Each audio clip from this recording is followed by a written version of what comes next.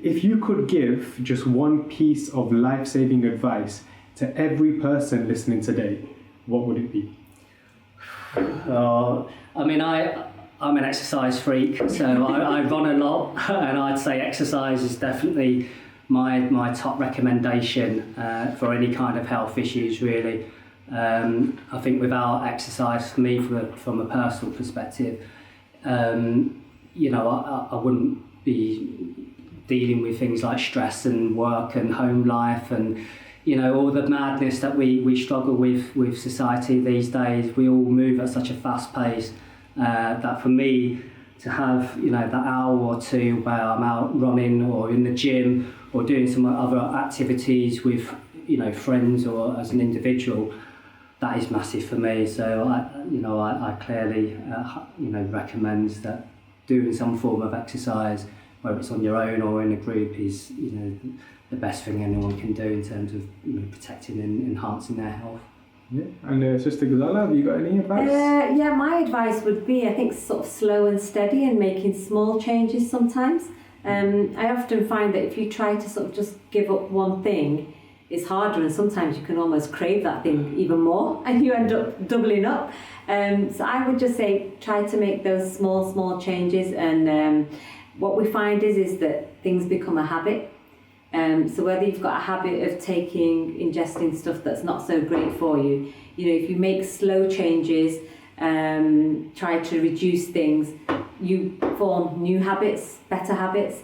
So I think my recommendation would definitely be make those changes, even if they're small. Same with sort of exercise. If you can't get to a gym and you can't get to a pool, or you can't do a sport, something just as simple as getting out there for a daily walk, 5 to 10 minutes, start with that, and then just increase it slowly. So yeah, I'm a true believer in making those small changes, but making them last. Yeah. Pennies make a pound, right? Yeah, that's it. So how do you stay motivated and keep a positive attitude when you're dealing with such a heavy topic like cancer every day? Yeah, it can be heartbreaking sometimes when we come across patients who on face value look really healthy and really well, really positive about life, and then out of nowhere they get a cancer diagnosis, and we have to inform them that that's what we found. It can be absolutely devastating. And I guess, like I've mentioned, with my own personal experience with cancer, not just my mum being diagnosed with cancer, but with close relatives who have sadly also passed away through cancer, and specifically with bowel cancer.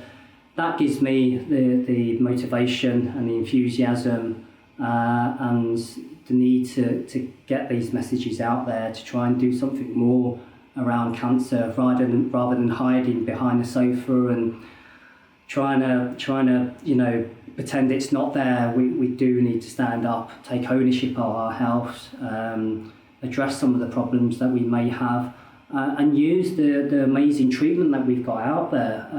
It's fantastic that you can do a screening kit, and within a certain number of weeks you should be there to have some kind of procedure and some kind of diagnosis. So we have a 28-day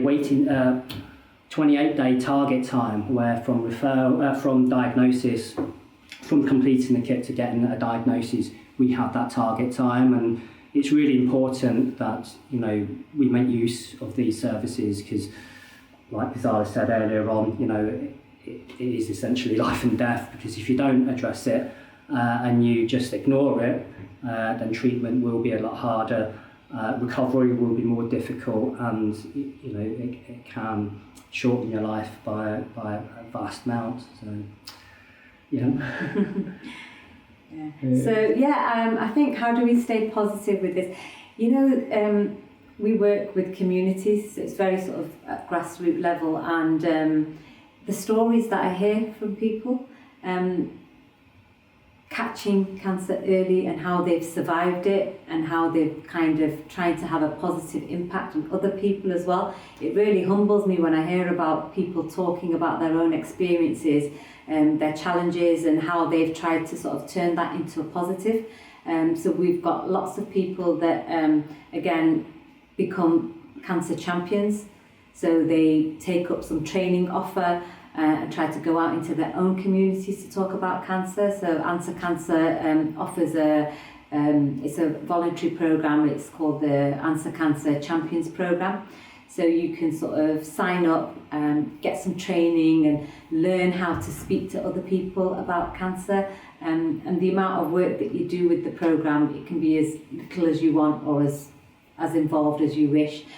So yeah, just hearing about people's really positive stories, and that lifts your spirits to know that, you know what, there's people out there, they've had the cancer, they've had the treatment, they've survived it, and they're going on to do bigger and better things. So yeah, that gives me that positivity. Mm-hmm. You know, I can't that's actually make a feel. So I recently did an interview with a psychologist. Okay. And I was just thinking, I bet if they were sat here right now, they would be like, so it gives you a dopamine hit every time someone tells you a good story. Yeah. And that's what keeps you motivated. Absolutely. Oh, mashallah, that's amazing. Doing something so good can have such a nice effect on you. Yeah. So what are the most unexpected ways for someone from the community where they've helped spread the message of cancer awareness and prevention? Oh, so we get lots and lots of examples. You know, again, Answer Cancer Funds has a grants program, so where we fund local communities to actually run an activity in their own community, and that's where you see the creativity coming to life. Honestly, it's fantastic to see. So, you know, for example, there was one group which were given funding, and they sort of got the community involved in sort of knitting these breast models which had you know, some of the signs and symptoms of breast cancer in them. So it got people thinking, and then you came out with these models which they could then use in their community as well.